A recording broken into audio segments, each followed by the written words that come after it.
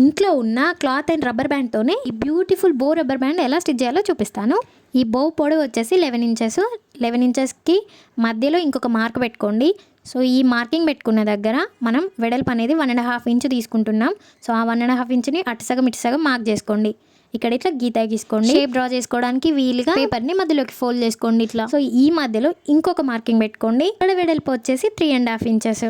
దీన్ని కూడా ఈక్వల్గా మార్క్ చేసుకోండి. ఇప్పుడు దీన్ని వీడియోలో చూపిస్తున్న షేప్లో డ్రా చేసుకోండి. డ్రా చేసుకొని కట్ చేసేసుకోండి. ఇప్పుడు 2 వరుసల ఫ్యాబ్రిక్ తీసుకొని దాని మీద ఈ షేప్ని పెట్టేసి రాంగ్ సైడ్ నుంచి ఇట్లా మార్క్ చేసుకోండి చుట్టూరా. అదే మార్కింగ్ పైన స్టిచ్ చేసుకోండి. అండ్ రివర్స్ తిప్పుకోవడానికి ఒక దగ్గర 1 ఇంచ్ స్టిచ్ చేయకుండా వదిలేయండి. ఎక్స్ట్రా ఫ్యాబ్రిక్ అంతా కట్ చేసుకొని చిన్న చిన్న కట్స్ పెట్టుకోండి ఈజీగా తిరగడం కోసం. ఇప్పుడు మంచి వైపుకి తిప్పుకొని మనం ఎక్కడైతే వదిలేసినామో కుట్టకుండా అక్కడ స్టిచ్ చేసుకొని చుట్టూరా టాప్ స్టిచ్ చేసుకుంటే మన బౌ అనేది రెడీ అయిపోయినట్టే. ఇప్పుడు మన దగ్గర ఉన్న రబ్బర్ బ్యాండ్ తీసుకోండి, లేదా క్లచ్చర్ అయినా తీసుకోవచ్చు. అంతే మన బౌ రబ్బర్ బ్యాండ్ అనేది రెడీ అయిపోయినట్టే. జస్ట్ లైక్ అండ్ షేర్ చేయండి. ఇట్లాంటి మంచి మంచి వీడియోస్ కోసం సబ్స్క్రైబ్ చేసుకోండి. Thank you so much for watching. Bye.